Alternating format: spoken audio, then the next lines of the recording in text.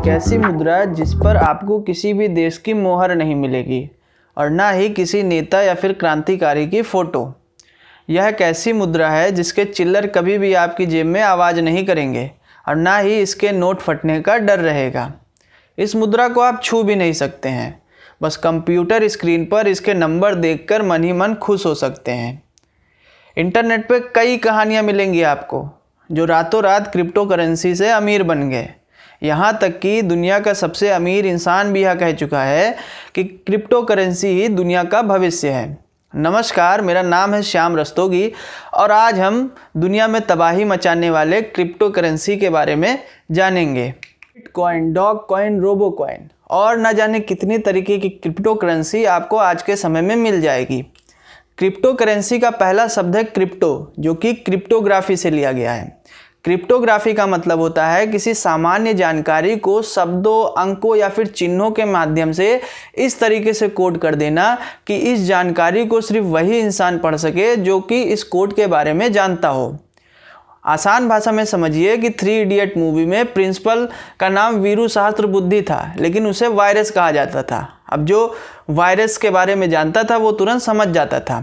इसी तरीके से क्रिप्टो करेंसी में रुपए के मालिक और जितना भी लेन देन हो रहा है, यानी कि पूरा बही खाता एक इनक्रिप्टेड कोड के रूप में कंप्यूटर में संग्रहित होता है। कोड करना काफ़ी मुश्किल होता है, इसीलिए क्रिप्टो करेंसी में लेन देन काफ़ी सुरक्षित माना जाता है।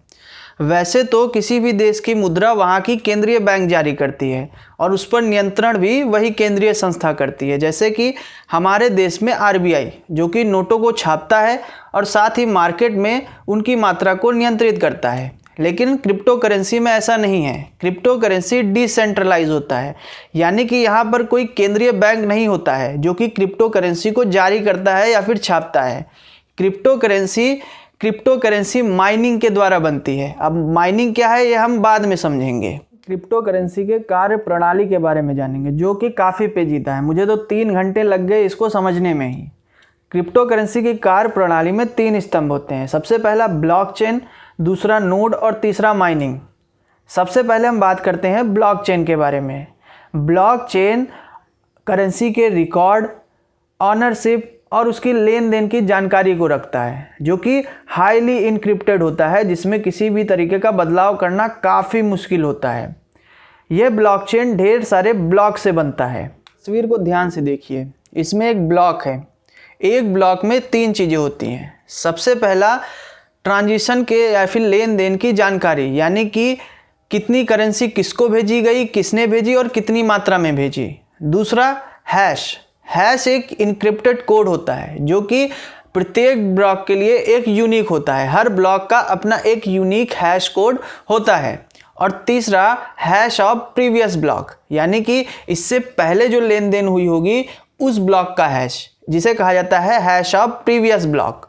आसान भाषा में समझते हैं। मान लीजिए इलॉन मस्क ने 10 बिटकॉइन खरीदे, जिसके कारण ब्लॉक 1 जनरेट हुआ।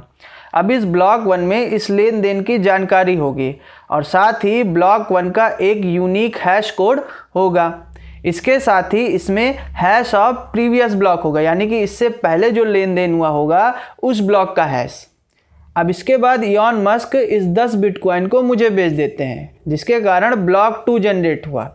ब्लॉक 2 में इलॉन मस्क और मेरे बीच में जो ट्रांजिशन हुआ उसकी जानकारी होगी और साथ ही ब्लॉक 2 का एक यूनिक हैश कोड होगा। और साथ ही जो ब्लॉक 1 का हैश था वो इस ब्लॉक में हैश ऑफ प्रीवियस ब्लॉक कहा जाएगा। इस तरीके से जैसे जैसे ट्रांजिशन होंगे वैसे वैसे नए ब्लॉक जनरेट होते चले जाएंगे और साथ ही हैश के जरिए वो आपस में जुड़े रहेंगे।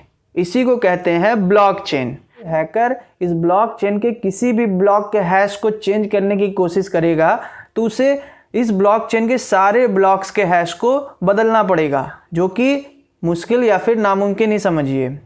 अब बात करते हैं नोड की। नोड कंप्यूटर या फिर कोई भी डिवाइस हो सकता है जो कि क्रिप्टो करेंसी के नेटवर्क से जुड़ा होता है। मान लीजिए कि अगर मुझे क्रिप्टो करेंसी ट्रेडिंग करनी है तो मुझे कंप्यूटर या फिर मोबाइल डिवाइस का यूज़ करना पड़ेगा। तो इस कंप्यूटर या मोबाइल डिवाइस को ही कहते हैं नोड। करेंसी नेटवर्क में सभी लोग ट्रेडिंग ही नहीं करते हैं, कुछ लोग क्रिप्टो करेंसी माइनिंग भी करते हैं। अब आप खुद सोच के देखिए, एक समय में लाखों क्रिप्टो करेंसी के लेन देन होंगे, जिसके कारण एक समय में लाखों ब्लॉक्स बनते होंगे जिनका अपना एक यूनिक हैश होता होगा। तो ये क्रिप्टो करेंसी माइनर्स इन्हीं ब्लॉक्स और नए हैश का निर्माण करते हैं और साथ ही ट्रांजिशन में बनने वाले ब्लॉक चेन को इवेलुएट करते हैं और उसमें नए ब्लॉक्स को जोड़ते हैं। इसके बदले इन्हें ट्रांजिशन फीस मिलती है और कभी कभी इन्हें नई क्रिप्टो करेंसी भी मिल जाती है, जिससे कि ये आसानी से पैसे कमाते हैं। इसी बातों का सारांश लेते हैं। माना कि कोई व्यक्ति कुछ बिटकॉइंस खरीदता है, जिसके बाद एक ब्लॉक जनरेट होगा। ये ब्लॉक इस ट्रांजिशन को रिप्रेजेंट करेगा। अब इस ब्लॉक को सभी नोड्स पर ब्रॉडकास्ट कर दिया जाएगा, यानी कि सभी नोड्स पर पहुंचा दिया जाएगा। इनमें से कुछ नोड्स क्रिप्टो करेंसी माइनर्स के होंगे।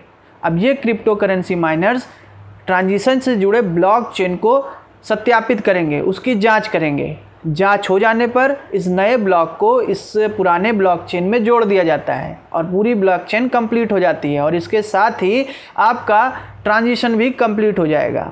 इसके बदले क्रिप्टो करेंसी माइनर्स को कुछ रिवॉर्ड मिलेंगे या फिर उन्हें ट्रांजिशन फीस मिलेगी और इस तरीके से ये क्रिप्टो करेंसी की प्रक्रिया चलती रहेगी। तो ये था क्रिप्टो करेंसी के बारे में कुछ बातें जिसे मैंने आपके सामने शेयर किया। क्रिप्टो करेंसी के मेथड को समझने में मुझे काफ़ी परेशानी हुई। अगर मैं आपको समझा पाया हूँ तो प्लीज़ इस वीडियो को लाइक, शेयर और सब्सक्राइब कर दीजिएगा। धन्यवाद।